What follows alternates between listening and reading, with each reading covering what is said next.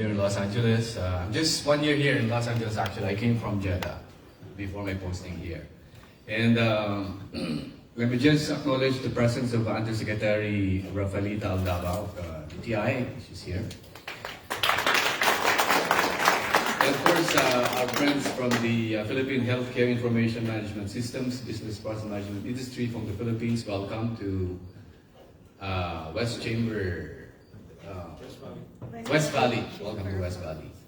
To Mr. Jerry Palon, of the President of the Coalition of Philippine American Chambers of Commerce. Maraming salamat for helping us get this beautiful venue. Thank you to David Baines. I thought for a while your name was David Blaine, the magician. And friends from the Philippine American community in Southern California, ladies and gentlemen, good afternoon. I'm delighted to join you today. Oh, we also have guests from Arizona. I see Chalmer here. Chalmer, love you. Yeah. And before I proceed, I would just mention that I'm actually talking to Chalmer already, our friends from Phoenix, Arizona, and we're talking about the possibility of holding a similar business-to-business vision to Arizona, targeting the same sector. So maybe you would consider already coming back in April or in May. For a similar mixer in Phoenix, Arizona, because there are also a lot of companies there that may be interested to outsource some of their business operations in the Philippines.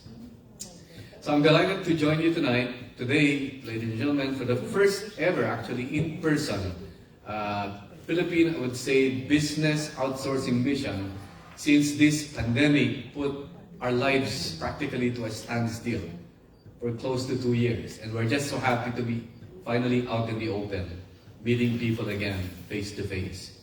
And I'm equally pleased to note that this first in-person business mission involves a team of representatives from one of the country's fastest growing industry, namely the information and management systems and business processing management sector.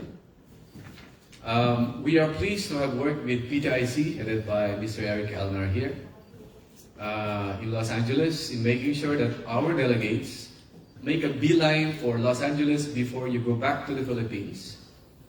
And we are grateful once again to COFAC for helping us make sure that we can have this place for today's business forum and networking. If there is one thing that this forum should mean to me and maybe to all of us, it is that the Philippines is once again open for business after 2 years of being closed, actually, because of the COVID-19.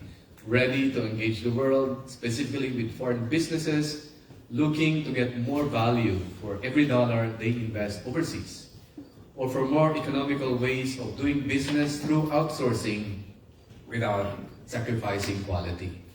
You know, I was in New York back in 2003. I was then one of the consuls of the Philippine Consulate in New York. And my first engagement with the IT-BPM industry was during that time. We hosted a roadshow organized by the Competitive Mission or Committee of the Philippines. They brought in a number of companies who were the early entrants into the call center industry. And at that time, we were still calling the IT-BPM industry of the Philippines a sunrise industry. It was just in its early stages. And we were promoting it to be the Philippines and our industry to be an alternative destination after India, because we know that at that time India was the bida. We were just playing second fiddle. Every excess in India, they were going to throw it to the Philippines. That was the situation there.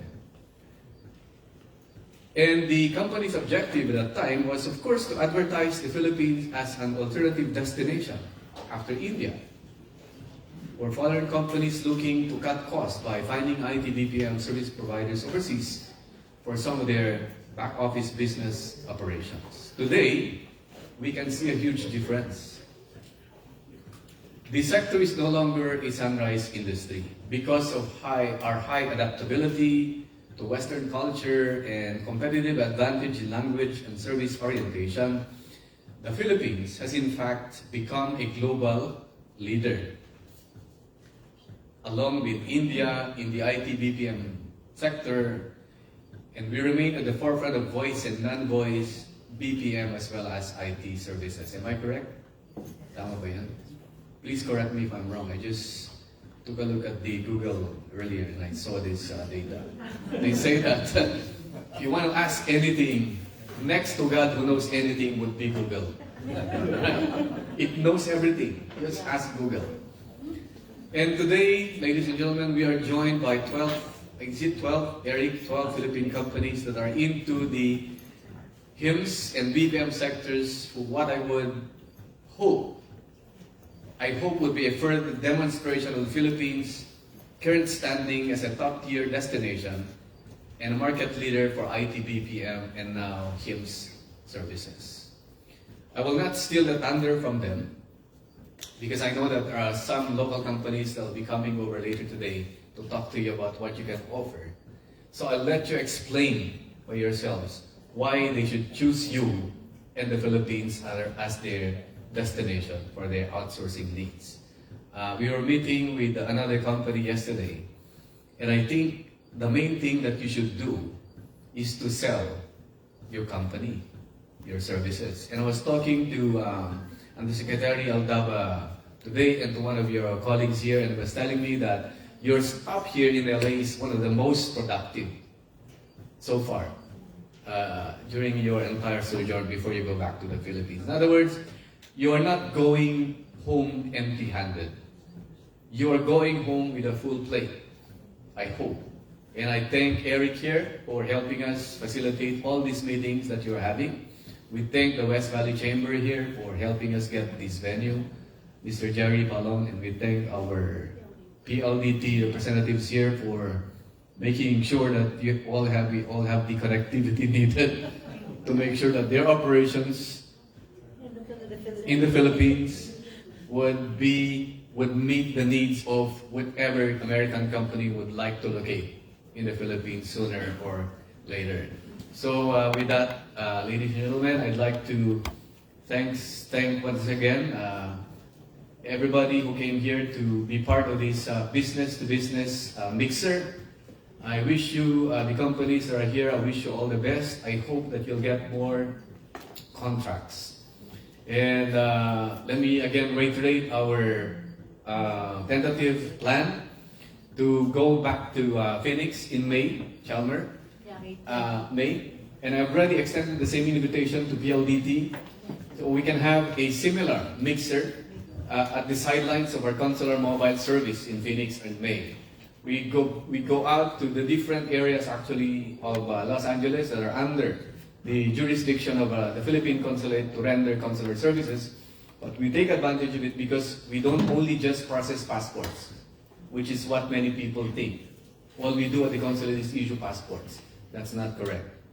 They see me as a walking passport. That's not correct. We also do economic diplomacy. When we say economic diplomacy, we encourage foreign companies to consider the Philippines as an alternative trade and investment destination. With the help of our trade attaché here, with the help of the Filipino-American business community here, we are able to do that. And I'm pleased to inform American companies that despite the COVID-19 pandemic, the Philippine economy is doing well. In fact, in the second quarter of 2020 or 2021, the Philippine economy actually grew by 7.1%. And our government has passed a law recently that gives tax incentives to small businesses. But I don't think any one of the IT BPM businesses here are still considered small businesses.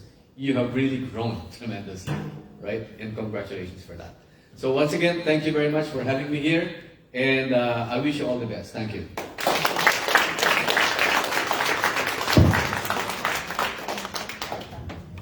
Thank you, Consul General Edgar Badajos. So before we proceed to the next part of the program, maybe recognize some other of our colleagues who are also here. Our Consul, Mr. Maynard Balion, who heads the economic section at the Philippine Consul General, among other things.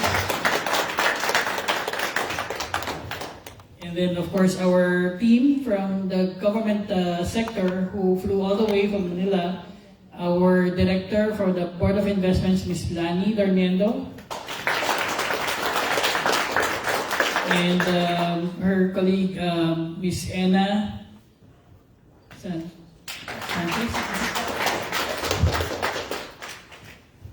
There. And then our Department of Trade and Industry Export Marketing Bureau Director, Dr. Gino Ilana.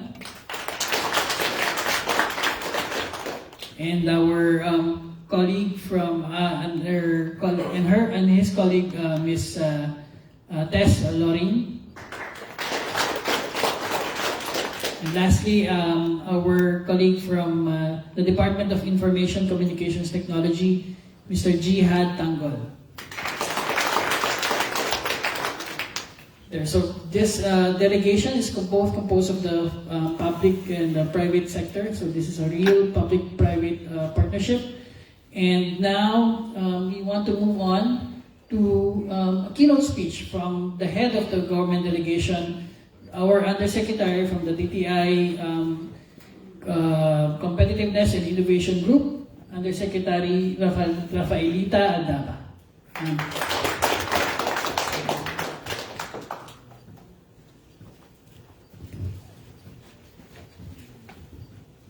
Thank you, TC Eric, and good afternoon, everyone. I'm so delighted to see all of you. And is Consul ConGen still here?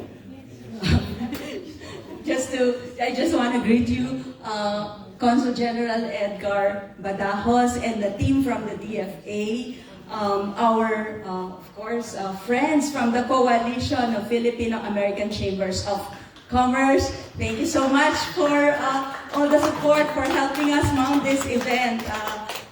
And our partners, our colleagues from the government, DTI, the Export Marketing Bureau, Board of Investments, Department of ICT, and the representatives from various healthcare information management services led by Vince.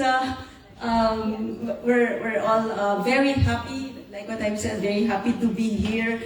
It's really been a very productive mission.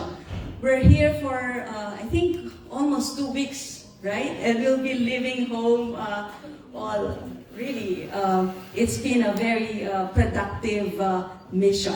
So what I'd like to do is share 3 things. Number 1, just to give you an update on the economic performance and the current state of economic recovery efforts in the Philippines.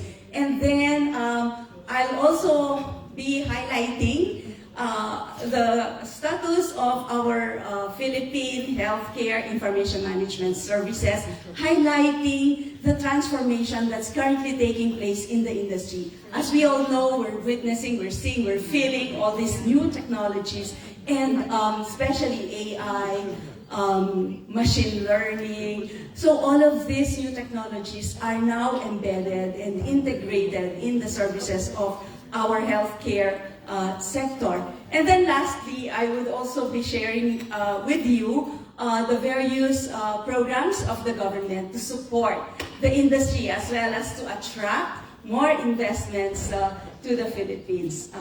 I don't see my slides. Yeah, okay. But let me, oh, they're not there yet. Yeah, just to highlight that the country has actually been posting positive growth. And it's not only in the more recent period, but let me also highlight that, in fact, our country has been known as Asia's rising economic star. And that's because of the strong growth that we have posted over the last 10 years or so, from 2010 up to 2019, prior to the pandemic. We've registered an average growth of slightly over 6%. And of course, when COVID-19 hit us, really it led to a contraction of the economy. But starting from the second quarter of 2021, positive rates have been posted. And We're almost there. I'm so excited to show you the slides because you could easily visualize the upward trajectory that I'm trying to describe by all these figures that I'm saying. If you could click on, ayun mo. Yeah.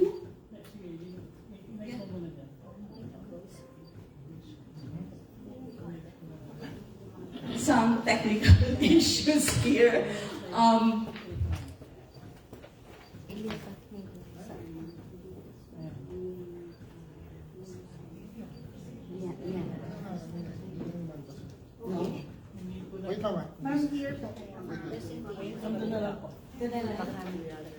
Is it there? So it's apparently it's not responding. It's the same. Yes, ma'am. Pero iba po. But you cannot enlarge it. Ito po. Okay. Now, can we move to the next slide? Sorry about that. My apologies, really.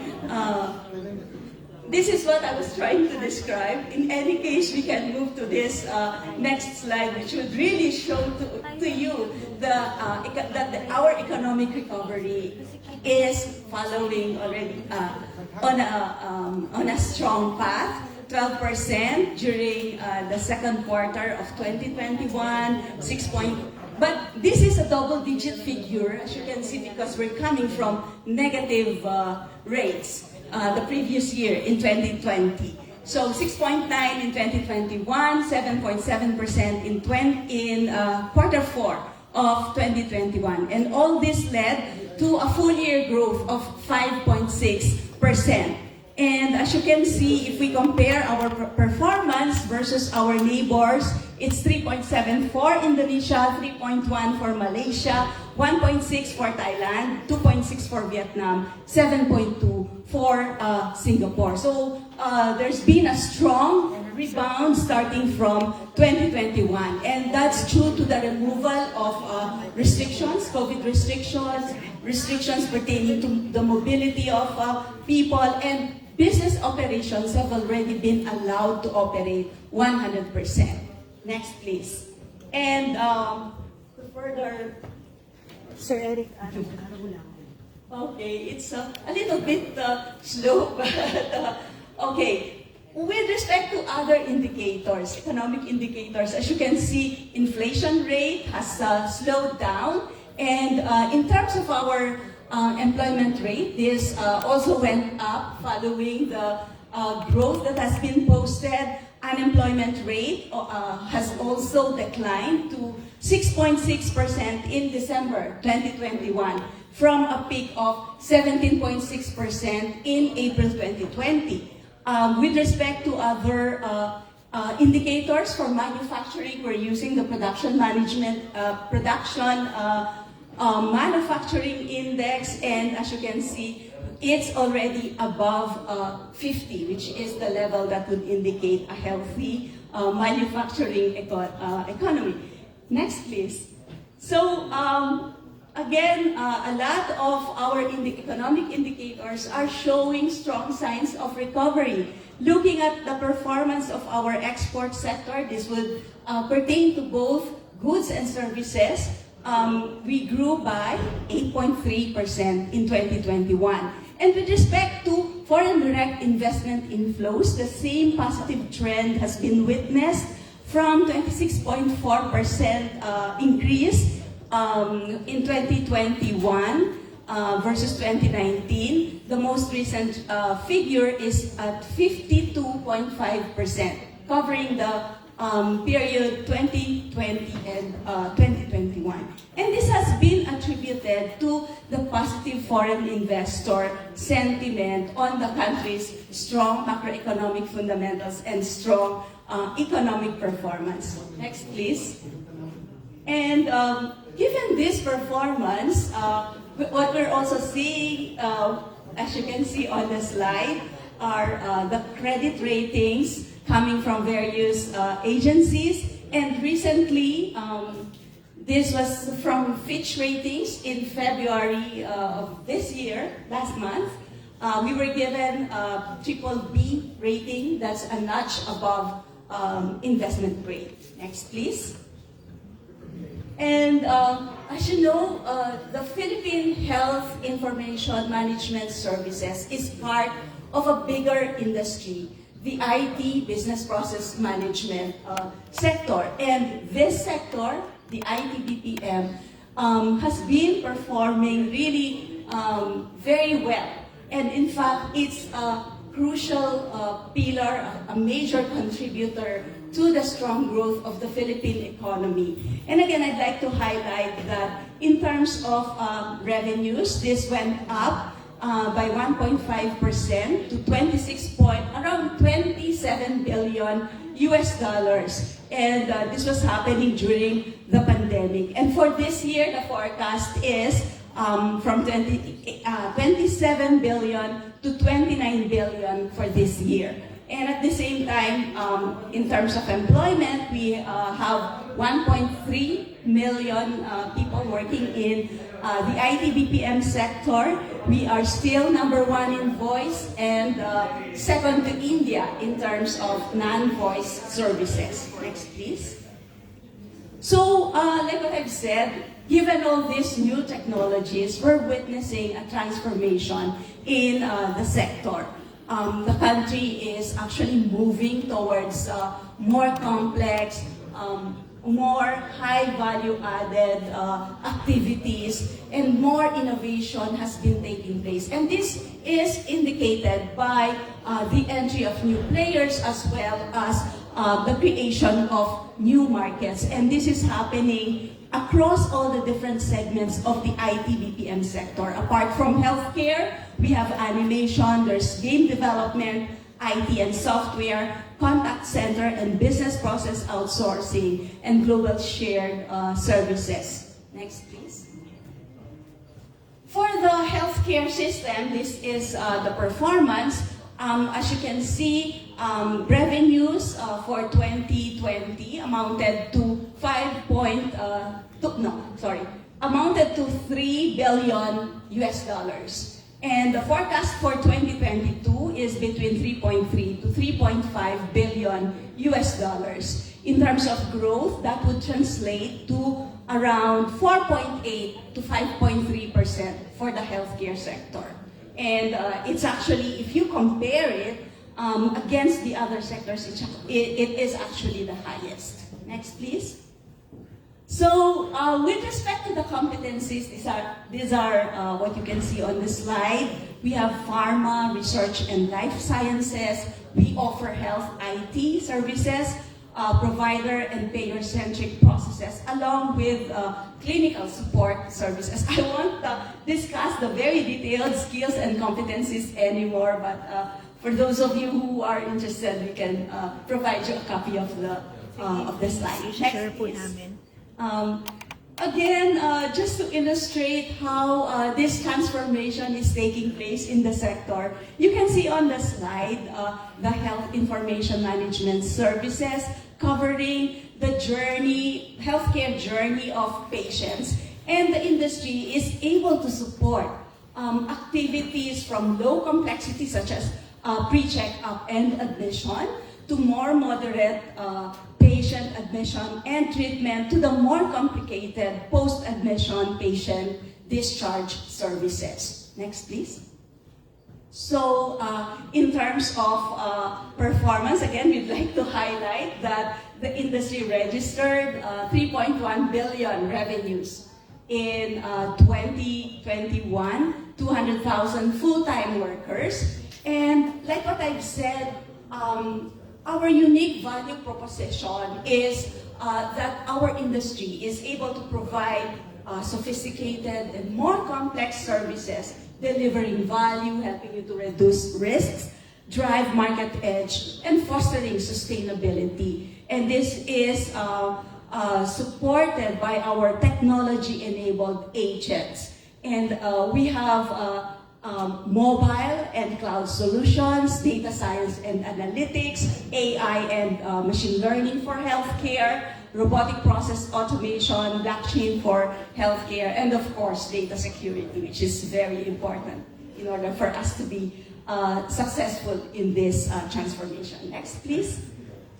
So our healthcare system, I should though the Philippines is enjoying being on a demographic sweet spot with a very rich talent pool, the average age is around 26 years old, so we have really a very young population with 180,000 graduates annually in medical and allied fields, 630,000 IT professionals, 19,000 new board passers for nurses, and 7,000 for pharmacists. And of course, on top of all this, Philippines is also known for its intrinsic culture of care, or malasakit in Filipino. Next, please. In terms of locations, we're offering various areas across the different regions in the country. There are 413 IT parks that are ready to serve investors. Okay, we have Bacolod, there's in Metro Manila we still have Libis, in Eastwood, in Northgate Cyber Zone, there's Cebu, in the Visayas, Iloilo, and Davao in Mindanao. Next, please. And DICT is also implementing the Digital Cities 2025 program. And on the slide, you can see a list of these 25 digital cities that have been identified. And government is supporting the development of these cities so as to ensure that we'll be able to provide the talents that would be needed, seamless infrastructure, cost-efficient and conducive business environment, and for them to become viable IT-BPM hubs. Next, please. And in terms of our IT infrastructure, again, we're showing you the various digital infra present in the country. We have 13 cable landing stations, 19 subsea cables. We have the globally certified data centers present in the country, along with 5G connectivity, which is available all over the country. Next, please. And in terms of talent development, human resource development, and capacity building, of course, as we try to bring in all these new technologies, we need to ensure that our workers are ready, and hence government is crafting the Philippine Skills Framework Initiative, the intention of which is to ensure that we're able to address the skills jobs mismatch and ensure that we will be able to provide the workers to be demanded by companies in the very near future. Next, please. There's also a plan to build the Center for AI Research. We just launched the Philippine Artificial Intelligence Roadmap last year, summer of last year. And the focus really is on the sectors that you can see on the slide. But I'd like to highlight the importance of two sectors, healthcare and through the use of AI, we would like to transform the BPO industry to become AI-enabled or an AI-capable sector. And the center is going to house data scientists and researchers. They will be performing consultancy services to serve various industries, along with training programs and modules to upskill and reskill our workforce with focus on AI and conduct AI R&D in the country. Next, please. So this is my last slide. I think ConGen mentioned earlier the new law, which is providing a new set of incentives for investors. And this is the Corporate Recovery and Tax Incentives for Enterprises Act, or the CREATE. This has lowered our corporate income tax from 30% to between 20 and 25%. At the same time, we are also offering a package. If you are investing in the HIMS, or the Healthcare Information Management Services sector, you will be entitled to an incentive package of up to 17 years. And of course, this would entail not only fiscal incentives or fiscal support, but we would also, various government agencies would be working together to provide non-fiscal support to help you grow and develop. So, what would this incentive package look like? We are offering from 4 to 7 years of income tax holiday. Or after your income tax holiday, there's going to be a 5% special corporate income tax that you could avail of. So this is in lieu of the 20 or 25% corporate income tax. You'll be paying only 5% special corporate income tax based on your gross income earned. And there's also an option for you